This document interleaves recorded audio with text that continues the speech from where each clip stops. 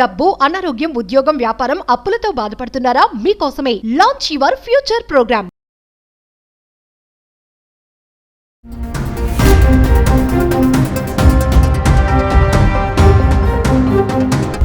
And as usual, the in-flight entertainment is not working. Leave in-flight entertainment. Calicut to landing stations. If I talk about this light, it is also not working.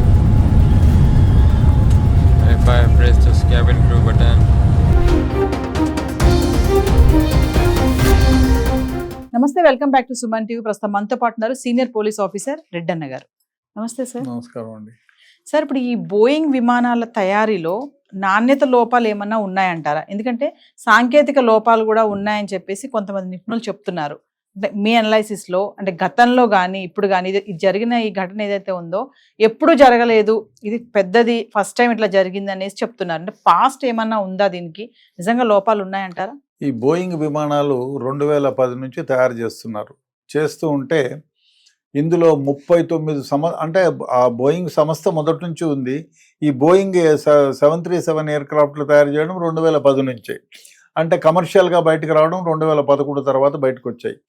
So ఇది చాలామంది కొనడానికి ముందు పడ్డారు. ఎందుకంటే తయారీలో అందంగా తయారవడం, మంచి model, అదేవిధంగా దీంట్లో తయారీకి ఉపయోగించే లోహము చాలా లైట్. సో ఆ లైట్ అయిన దానివల్ల వెయిట్ తక్కువైపోయి ఫ్యూయల్ ఎఫిషియన్సీ పెరిగింది. సో అందువల్ల ఈ విమానాన్ని ఫ్యూయల్ ఎఫిషియన్సీ ఇప్పుడు 1 నిమిషానికి 10 లీటర్లు తాగేది 2 లీటర్లు తాగితే ఎంత? ఇప్పుడు 8 గంటలు ఫ్లయింగ్కి అర్థం ఖర్చు తక్కువచ్చాయి. ఫ్లయింగ్కి మీకు ఖర్చు అయ్యేది మామూలుగా దేని ఫ్యూయల్ వల్లే. ఫ్యూయల్ తగ్గిపోతే ఎకానమీ అవుతుంది, అంటే ఎవరైతే ఓనర్స్ ఉన్నారో వాళ్ళకి డబుల్ది ప్రైజ్ వస్తుంది. సో అందువల్ల దీని మీద ఎగబడి అందరూ కొంటున్నారు. అందువల్ల ఈ విమానాలు చాలామంది కొంటున్నారు. దీంట్లో లోపాలు ఉన్నాయని 2019లో జాన్ బోనెట్ అనేటువంటి వ్యక్తి అక్కడ 39 సంవత్సరాల సంస్థలో పనిచేసిన ఆయన బయటకు వచ్చి పబ్లిక్లో అనౌన్స్ చేశాడు, ఇది బోయింగ్ విమానంలో వాడేటువంటి పరికరాలు చాలా లోపభూయిష్టమైనటువంటివి, పనికిరాని పరికరాలన్నీ వాడుతున్నారు, they are all China make, అందులో సబ్ స్టాండర్డ్గా ఉన్నాయని చెప్పి ఆయన చేసినారు. అక్కడ పనిచేసిన ఆయన చేసినారు. కాబట్టి దానిపైన తర్వాత కూడా ఇంకా కొందరు వచ్చి బయటకు వచ్చి ఎస్ దీంట్లో వాడేటి కొన్ని పరికరాలన్నీ కూడా సబ్ స్టాండర్డు, ఇది చాలా ఇబ్బందులు గురి చేస్తుంది కొద్ది రోజుల తర్వాత అన్నారు. ఇది 2019లో ఈయన జాన్ బోనెట్ ఈ విధంగా అనౌన్స్ చేసిన తర్వాత కొద్ది రోజుల్లోనే ఆయన చనిపోవడం జరిగింది. విచిత్రంగా ఆయన చంపబడ్డాడు. సో ఎందుకు చంపబడ్డాడు, ఎవరు దీని వెనకాల, ఎవరు దీన్ని చేసి ఉంటారు అనేదాన్ని ఈ కుట్ర కోణాన్ని ఇంతవరకు ఛేదించలేదు. అంటే లోపాలు ఉన్నాయని చెప్పిన కొద్ది రోజులకే ఈయన చంపబడ్డాడు, మిస్టీరియస్ గా చంపబడ్డాడు. సో అందువల్ల అంటే అదే కాకుండా ఇంకా 2-3 కూడా ఈ విధంగా దీని లోపాలను ఎత్తి చూపినందుకు వాళ్ళు కూడా మిస్టీరియస్ గా చనిపోయారు. అంటే ఈ సంస్థలో జరిగేటువంటి లోటుపాట్లను ఎవరైనా బయటికి చెప్తే వాళ్ళని చంపుతున్నారా, ఈ బోయింగ్ సంస్థ చంపుతుందా? ఎందుకంటే రిచెస్ట్ కంపెనీ అది. సో ఆ విధంగా ఏమైనా జరుగుతుందా అనేది కూడా డెఫినెట్గా ఒకసారి ఆలోచన చేయాలా. ఇందులో వాడే పరికరాలు నాణ్యతలు భూయిష్టమైనవి, నాణ్యంగా లేవు. అందువల్ల చాలా చిన్న చిన్న సమస్యలు ఎప్పుడు తలెత్తున్నాయి. ఇప్పుడు ఆకాష్ చెప్పినట్టు ఢిల్లీ నుంచి వచ్చేటప్పుడు ఎయిర్ కండిషనింగ్ పనిచేయలేదు, అంటే స్క్రీన్ పనిచేయలేదు, బటన్స్ పనిచేయడం లేదు, పైన లైట్లు పనిచేయడం లేదు, రిమోట్లు పనిచేయడం లేదు. అంటే డెఫినెట్గా దానికి ఏమన్నా ఇంజన్కి ఏమన్నా సంబంధం ఉందా?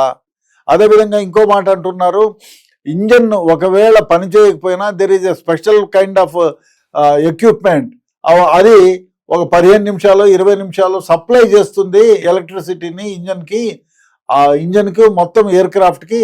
అది ఎందుకు ఆటోమేటిక్గా ఆన్ కాలేదు? ఆన్ కాకుండా పోవడానికి కారణం ఏమిటి? అది ఇంకేమైనా సపటేజ్ ఉందా, లేదు ఇంజన్లో లోపాలా, లేదంటే తయారీ లోపం వల్ల ఈ విధంగా సప్లై కాకుండా పోయిందా అనేది ఆలోచన చేయాల్సిన విషయం. సో డెఫినెట్గా లోపభూయిష్టమైనటువంటి పరికరాలు వాడింది కాబట్టి ఈ విధంగా అది ఎయిర్ క్రాఫ్ట్ సపటేజ్ అయిందా, క్రాష్ అయిపోయిందా, ఇవన్నీ కూడా డెఫినెట్గా ఇంక మీదట. అదే కాకుండా మనం చూడాలా, మన దగ్గర ఉన్న బోయింగ్ విమానాలు ఎక్కడైతే ఉన్నాయో అవన్నీ కూడా ఇంకా ఫ్లై కావాలన్నా వద్దా, గ్రౌండింగ్ చేసేయాలన్నా అనేది సమస్యగా ఉంది.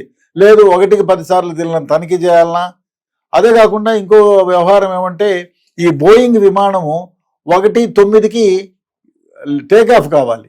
ఎందుకు టేకాఫ్ కాలేదు? డిలే అయింది, డిలే అయింది. దాదాపు 30 నిమిషాల పాటు డిలే అయింది. దీనికి కారణం ఏమిటి?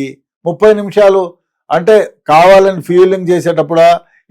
నేను కూడా ఎయిర్పోర్ట్లో అసిస్టెంట్ కమిషనర్ బేగంపేటగా పనిచేసిన 2002లో ఎప్పుడైనా ఫ్లైట్ డిలే కావాలి అంటే దానికి ఒకటి టెక్నికల్ ప్రాబ్లం ఉండాలా, లేకపోతే కనుక వాళ్ళు ఎవరైనా అంటే వెదర్ బాగలేకుండా పోయింది కాబట్టి వాళ్ళు ఏటీసీ వాళ్ళు మీకు పర్మిషన్ ఇవ్వకపోతే డెఫినెట్గా ఏటీసీకి మీరు పోవాలి, ఈ ఫ్లైట్ ఈ రోడ్లో మేము పోతామని వాళ్ళు చూస్తారు వెదర్ బాగుందా లేదా అని.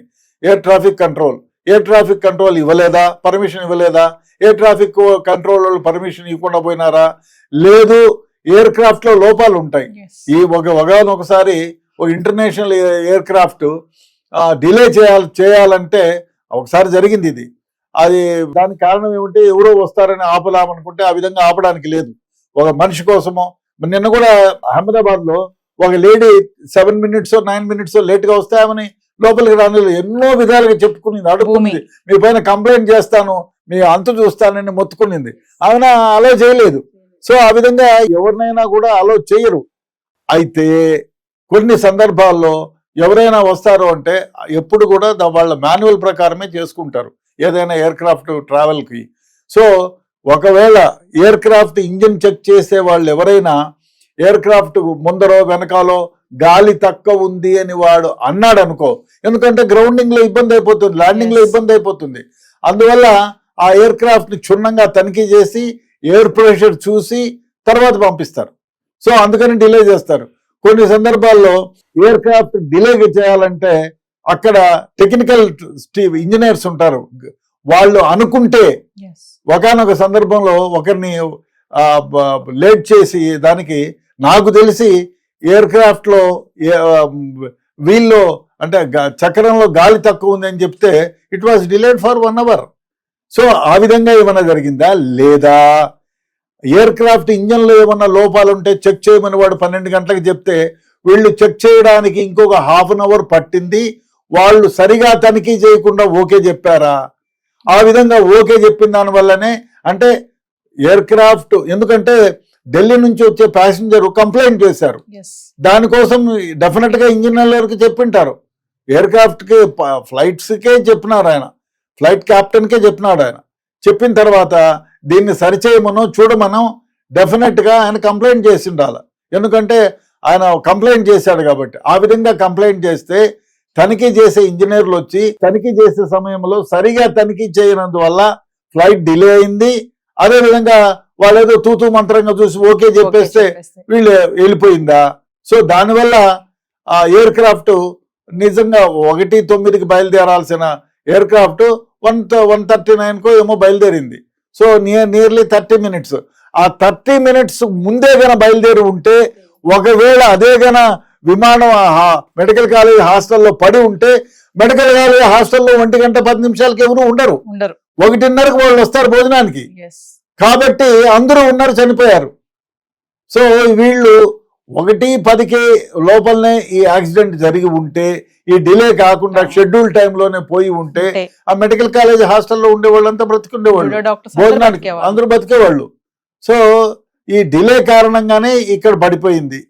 సో అంటే చెక్ చేసి డిలే ఎందుకు అయింది దాని మీద కూడా ఇన్వెస్టిగేట్ చేయాలి.